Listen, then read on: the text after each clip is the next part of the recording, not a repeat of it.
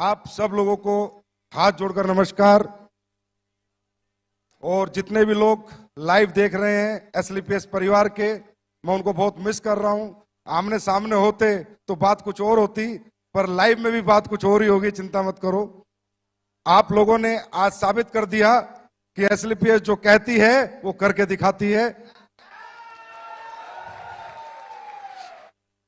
और जितने भी भाई बहन माता पिता समान लोग हमें लाइव सुन रहे हैं, देख रहे हैं, उन सबको मेरा नमस्कार, हाथ जोड़कर नमस्कार। और उनके माता पिता के चरणों में नमस्कार, क्योंकि उन्होंने एक ऐसी कंपनी को ज्वाइन किया है जहां पर सिर्फ संस्कार सिखाए जाते हैं, जहां पर गद्दारी नहीं सिखाई जाती, मक्कारी नहीं सिखाई जाती, जहां ईमानदारी सिखाई जाती है। और एसलीपीएस में जो भी फाइटर काम करता है उसको मैं सल्यूट करता हूं, क्योंकि वो ईमानदार है तो एसलीपीएस में टिकेगा, और बेईमान है तो बाहर चला जाएगा।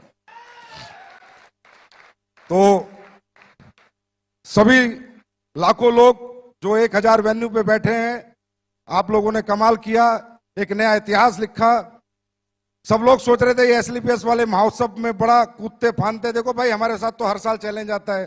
पिछले साल राम मंदिर, इस साल कोरोना बाबा। पिछली साल 9 तारीख को राम मंदिर का फैसला आया था, धारा 144 लगती तो कहां से फंक्शन होता। पर फिर हमारा जो बाबा बैठा है ना, उससे बड़ी ताकत कोई नहीं है। वो बाबा डमरू बजाता है और खेल हो जाता है। बाबा डमरू बजाता है, खेल हो जाता है।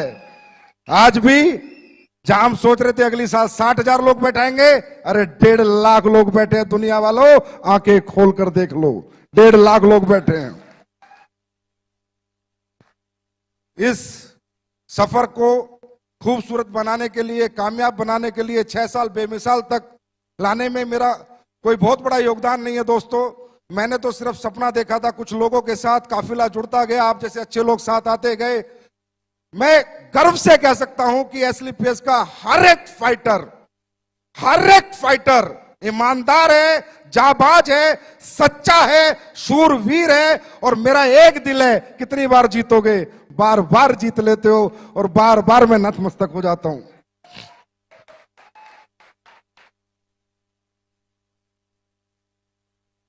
छह साल यहां तक पहुंचने का जो सफर है, इसमें बहुत सारे लोगों का योगदान है। आप सबका, एक एक फ्रेशर का योगदान है, हर उस व्यक्ति का योगदान है जो एसलीपीएस को जानता है। जो हमारे बारे में नेगेटिव बात करता है उसका भी योगदान है, कम से कम हमारी कंपनी का नाम तो बताता है किसी को। और जो हमारे साथ हैं उनका तो बहुत बड़ा योगदान है। और उस योगदान का सबसे बड़ा श्रेय जाता है हमारी कंपनी के ऑपरेशनल डायरेक्टर मिस्टर मामचंद जी को, जो हमारे पीछे एक मजबूत स्तंभ की तरह खड़े रहते हैं। अनिल कुरी जी को, जो मार्केट में जा जाके लोगों को ट्रेन करते हैं। और कंपनी के first ambassador mister Mahipal Singh ji को, जिन्होंने इंडिया में नहीं वर्ल्ड रिकॉर्ड बनाया इतने कम समय में इतनी अचीवमेंट लेके। शिव कुमार जी को, रामवीर जी को, अनुज को, अमित दुबे जी को, भंडारी जी को, कुणाल को, मदन लाल जी को, सारे black diamond, blue diamond, diamond, star sapphire, sapphire, ruby, topaz, emerald, platinum, gold, silver, bronze, हर एक वो व्यक्ति जो एसलीपीएस को जानता है, यहां तक पहुंचाने में उन सबका योगदान है दोस्तों, उन सबका योगदान। 6 साल बेमिसाल कर दिया तुमने कमाल, मच गया डायरेक्ट सेलिंग में धमाल, लोगों के हाथ में पकड़ा दिया आंसू पोंछने के लिए रुमाल।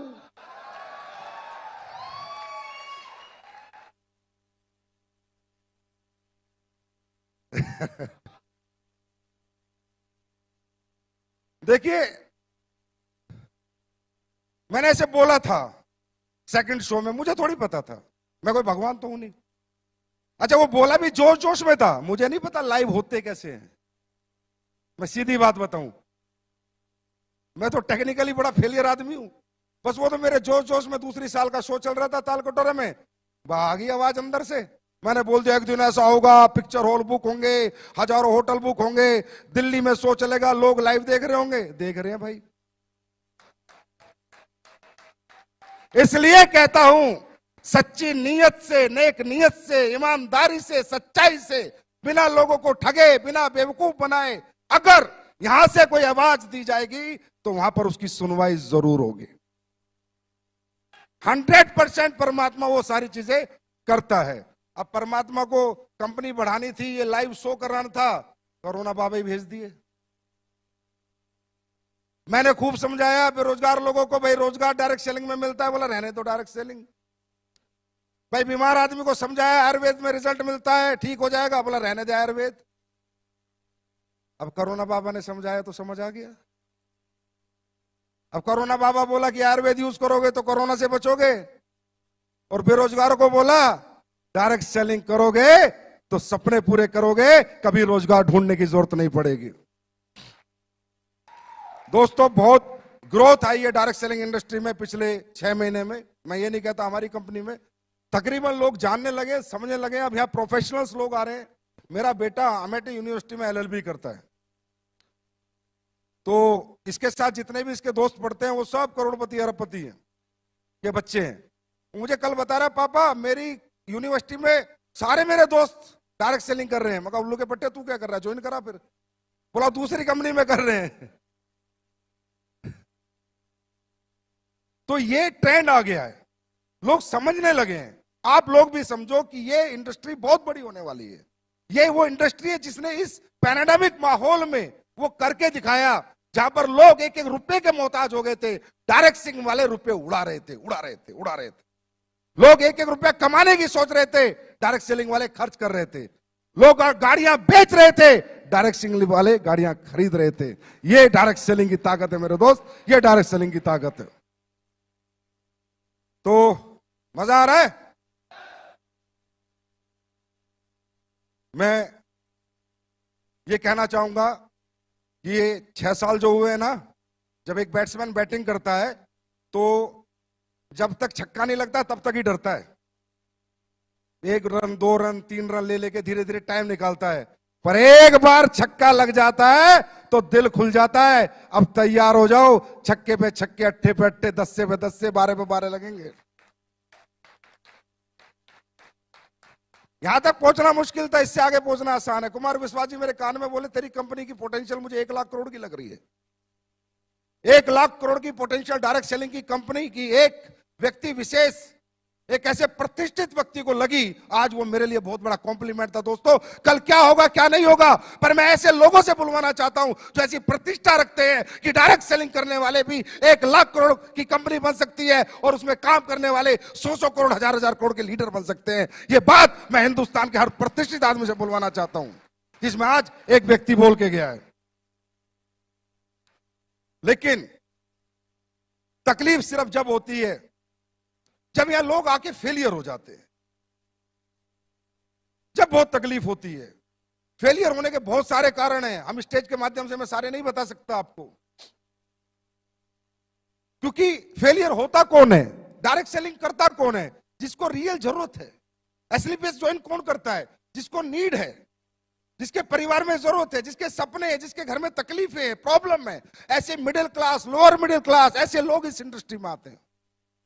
और जब वो लोग फेल हो जाते हैं ना, तो मेरे दिल पे बहुत लगता है। मेरे एकदम से मैं कह रहा हूं, मतलब मैं ब्लेंडर स्ट्रेस में आता हूं कि यार अगर अंबानी का बेटा आके यहां फेल हो जाए, किसी करोड़पति का बेटा आके फेल हो जाए, समझ में आता है, पर एक गरीब किसान का बेटा आके यहां फेल हो जाए समझ में नहीं आता, क्योंकि उसके पास दुनिया में दूसरा कोई रास्ता नहीं कामयाब होने का। एक रास्ता जो परमपिता परमात्मा ने बनाया था वो उसको मिला, और वो अपनी बेवकूफियों के कारण या अपनी ना समझी के कारण या फेल हो जाता है दोस्तों। और ये जब फेलियर आता है ना, ये दिल पे लगता है, क्योंकि मुझे पता है कि हमें और आपको, हम मिडिल क्लास लोग हैं, इस इंडस्ट्री के सिवा हमारी पहचान, हमारा सम्मान, हमारा मान, हमें पैसा कोई नहीं कमवा सकता।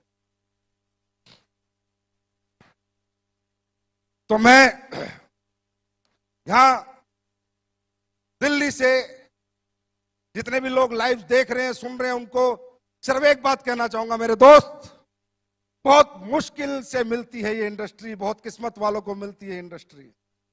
हम कोई बीटेक, एमटेक, आईपीएस, आईएएस नहीं है मेरे भाई, हम मिडिल क्लास लोग हैं, लोअर मिडिल क्लास लोग हैं, गरीबों के बच्चे हमने सबर साइकिल पे जिया है, हमने नॉर्मल स्कूल में पढ़ाई की, हमने नॉर्मल जिंदगी जी है। अगर हमें ये धंधा मिल गया तो पीछे मत हटना, डटे रहना, मैदान मत छोड़ना।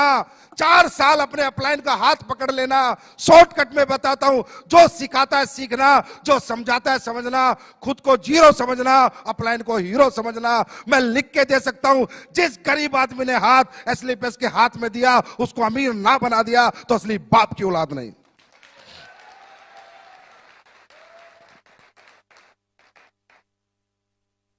मैंने ये कंपनी दिमाग से नहीं बनाई, ना ही मेरा दिमाग चलता। मैंने जितनी बातें बोली है दिल से बोली है, जो सारी सच होती है। दिमाग नहीं लगाया मैंने यहां से बनाई है कंपनी। मैं कंपनी नहीं समझता, इसे पूजा करता हूं मैं इसकी। अब साला हमारा इतना बड़ा शो था, हरामजादे कुत्ते जो बाहर बैठे हाय मार रहे हैं कल से। मुझे बुखार हुआ, जुकाम हुआ, खांसी हुई, सुबह मेरी उंगली पिच गई। मतलब पूरी कोशिश कर ली कि ये आदमी शो में ना जाए। तुम्हारा फूफा फिर भी आया। जितनी हाय लगानी है लगाओ, जितनी हाय लगानी है लगाओ। साला दुनिया जीत के दिखाऊंगा। वर्ल्ड की नंबर 1 कंपनी ना बना दी संजीव कुमार ने। रिकॉर्ड करो रिकॉर्ड, वर्ल्ड की नंबर 1 कंपनी ना बना दी। वर्ल्ड की नंबर 1, वर्ल्ड की नंबर 1। अपने बाप की औलाद नहीं है बेटा, मेरा बाप अपने बाप की औलाद नहीं। वर्ल्ड की नंबर 1, वर्ल्ड की नंबर 1, वर्ल्ड की नंबर 1, वर्ल्ड की नंबर 1 कंपनी बनाऊंगा।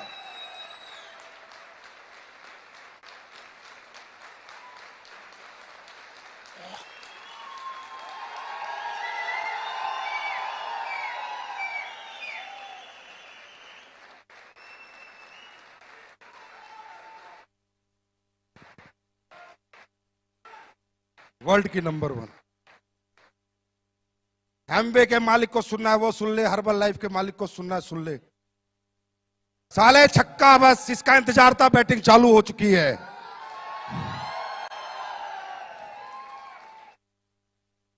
मुझे नहीं आता लोगों का यूज करना, कड़वा हूं, गालियां तक दे देता हूं अपने लीडर को, लेकिन कोई बुरा नहीं मानता। और साले उल्टा के बोलते सर दी बड़ा मजा आया आज तो। हिंदुस्तान का पहला ऐसा एमडी हूं कि लीडरों को गाली देता हूं, फिर बोलते हैं सर बहुत दिन हो गए गाली दो ना। या अविनाश कल आके बोलता है मेरे को, सर इस शो को कैसे करूं। मैं बोला आपने गालियां नहीं बकी, गाली बकोगे तो अच्छा शो कर दूंगा। जमात से कड़वा हूं, लेकिन यहां से कभी नहीं सोचा किसी का नुकसान कर दूं, प्रोडक्ट का रेट फालतू में बढ़ा दूं, प्लान में कुछ चेंज कर दूं, लोगों का खा जाऊं, लोगों का हजम कर जाऊं, लोगों के पैसे पी जाऊं। कभी नहीं सोचा। हमेशा ये सोचा मैं ज्यादा कैसे दे सकता हूं, मैं और ज्यादा क्या कर सकता हूं। अभी पहला चेक नहीं आता था बिना केवाईसी के। मैंने सोचा यार पहला चेक जाना चाहिए। एक नया बच्चा को पहला चेक ऑनलाइन केवाईसी पे आ जाना चाहिए, फिजिकल केवाईसी आए चाहे ना आए, क्योंकि उसका कॉन्फिडेंस होता है। वो उसका पहला चेक नहीं होता, वो 1000 रुपए उसे करोड़ों में दिखते हैं। मैंने पहला चेक देना शुरू किया। कौन साला एमडी देता है? ये 90% जितने बाजार में बैठे साले बनिया बुद्धि के लोग हैं। 24 घंटे बनियागिरी करते हैं, दिमाग लगाते रहते हैं, इधर से चूस ले, इधर से चूस ले, इनका खून निकाल ले, इनका खून चूस ले, इनसे काम करा ले, अपना मुनाफा दे, कंपनी को बड़ी बना। किसने सोचा आज तक कंपनी के बारे में, लोगों के बारे में? मेरे को एक एग्जांपल दो इंडिया में आप। अरे तू जहाज ले जा लाला।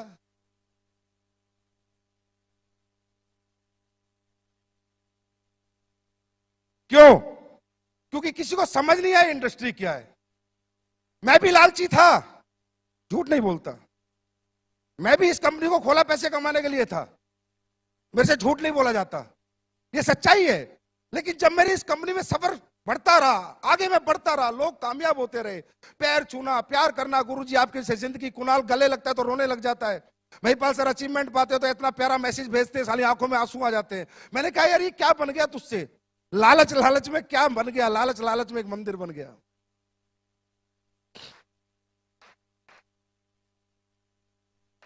लोग ठीक होते हैं, दुआएं देते हैं, पैरों में पड़ जाते हैं। अरे गुरुजी मैं ठीक हो गया, मेरे औलाद हो गई, मैं बे औलाद था, मेरे घुटने ठीक हो गए, मेरे ब्लड कैंसर में आराम हो गया, मेरी पैरालाइज ठीक हो गई।